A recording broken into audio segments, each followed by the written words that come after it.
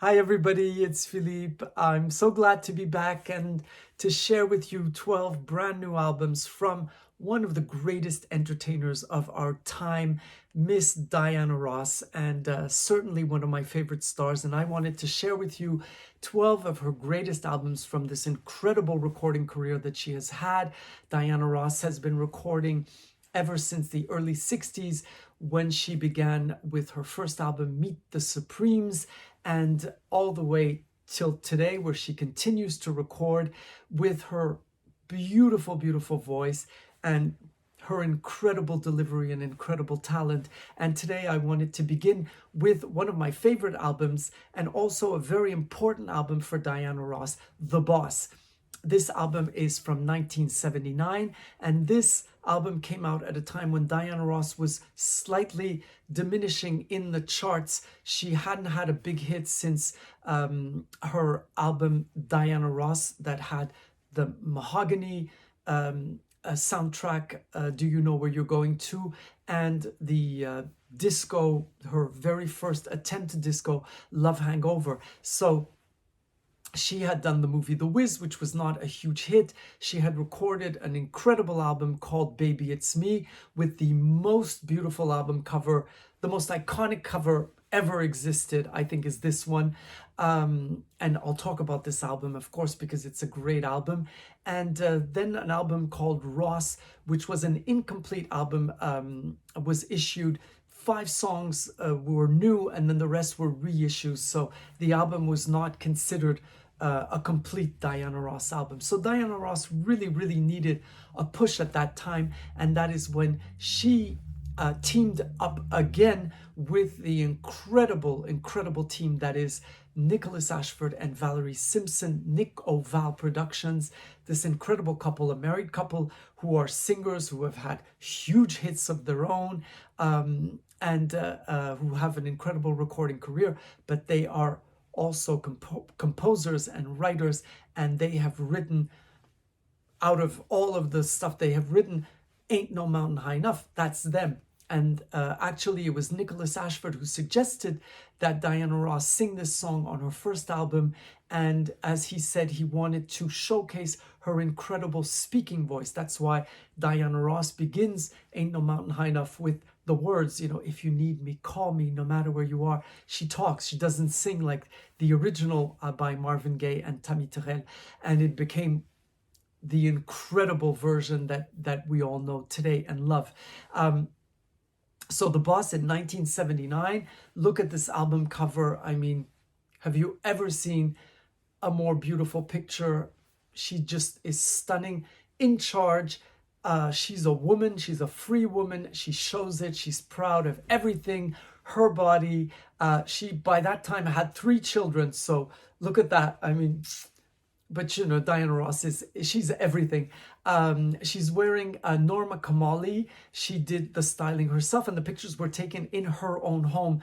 So maybe that's why she looks so relaxed and so beautiful. And she did a couple of attempts. She tried a couple of different pieces, and she decided on this iconic t-shirt that's just wrapped and that holds, we don't know how, but it holds enough for the picture anyway, and to do this unbelievable picture. And like most Diana Ross albums, the picture and the back cover were the only pictures that you could find of that session, and you could rarely find other pictures. So that's how they become iconic. You assume that the boss can only, you think there's only one picture taken, and these pictures really, really tell what this album is going to be. This very, very powerful album. This woman who has, no excuses. She tells it like it is. And from the beginning, no one gets the prize. The album begins very beautifully with the background vocals that sing No One Gets the Prize, and then Diana Ross, who lets out a scream, a cry, and you can right away tell the powerful voice that Diana Ross has, and that she sometimes takes back. She doesn't always, she's not a screamer, she's not a show off. But here she tells you, this is, what she has, and what a powerful lament that she begins with. And of course, the song, no one gets the prize. We were best of friends. It all began. He came into town and changed the place. And so it's two women tearing themselves apart for the love of one man. And this is a little bit of controversy because many people suspected that the song is about Cher and Diana Ross, who both were in love with Gene Simmons at the same time. So Gene Simmons and Cher were dating, and then Diana Ross came into the picture, and so he left Cher for Diana Ross, and then he left both of them because apparently no one gets the prize. So it's a great song, and what's incredible is that it's not just a disco tune, you know, get up, get down, shake it, move it. It's a real story, and a very powerful story. So right away you know that you're in for quality. 8 songs, but you know, not just a little bit of humming and a beatbox. This is going to be a real powerful album, and there's a lot of violins, a lot of instruments. It's very, very beautifully and richly produced. And right away, the second song is again an anthem for Diana Ross, I Ain't Been Licked.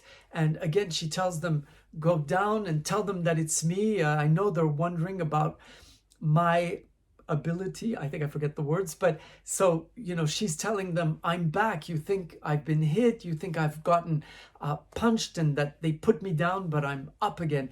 And you can hear and you can just see Diana Ross is fighting when she's singing this song. Now, in parallel to this album, Diana Ross did a legendary concert in Las Vegas. It took 5 years to perfect that concert, and it is the concert where she appears on a screen and then she goes right through the screen and she comes alive.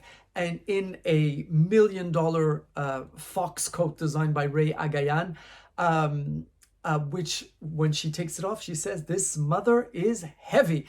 So, and you can best believe it. And so in that concert, which has been copied by everybody, Tony Braxton did the same entrance. I mean, everybody, which is normal because, you know, once Diana Ross does something, everybody wants to do it. Believe me, I know. I am a female impersonator. So I do a couple of Diana Ross entrances too. Not as many people though, you know, and, you know, not as glamorous as Caesar's Palace, but I do what I can. So in that concert, she showcased The Boss quite a bit. There was a picture, a huge picture of the album cover in the back when she sang The Boss, and she sang I Ain't Been Licked, and it was a favorite among the audience because she's just having so much fun with it.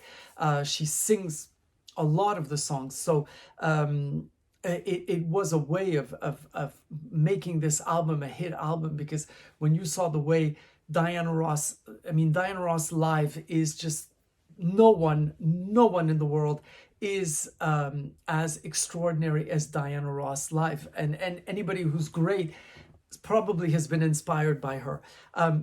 All for One, another song that it was the last song of the concert in Las Vegas, where Diana Ross arrived in this beautiful satin negligee, and it was lined in lace, and the lace belongs to Diana Ross because Diana Ross is a collector of antique lace. And when she got remarried to Arne Ness, she designed her dress, and all the pieces of lace on her gown were her own, and they were antique because she collects antique lace. So she sings that song All for One, and you can understand that it's a last song in a concert because it's so much of an anthem. You know, it's all for one and one for all. Let's try to make this world better. And it's just a beautiful, beautiful song. And after the two first, you know, huge hits that you hear that are, you know, dance numbers, it just slows down the album and then picks up again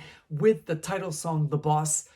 What a song. I mean, what a song, and what a hit, a huge hit for Diana Ross. In France, it was just everywhere. The discotheques sometimes played it 3 times in one evening. Everybody just adored that song. And I guess also because even for people who don't understand the lyrics, who don't speak English, everyone understands what the boss means. And then in the middle, when there's the musical part, Diana Ross sings, with that very, very high voice and the little screams, and it's just so exciting to hear that.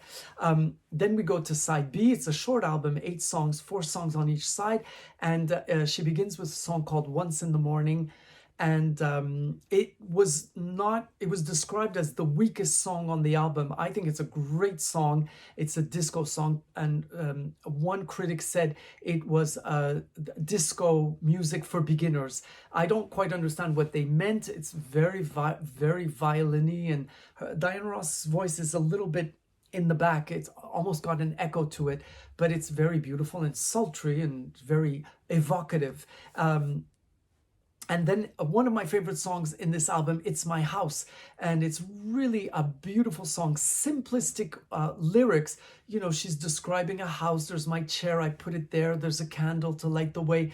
But it's just so brilliant, so beautifully written. And it's just the way Diana Ross can just has with so much ease go into up and down and sing and scale and just enjoy the song is just a delight to hear. And it's a song that it was almost ahead of its time. If you hear it today, it's just it could come out today as a brand new song.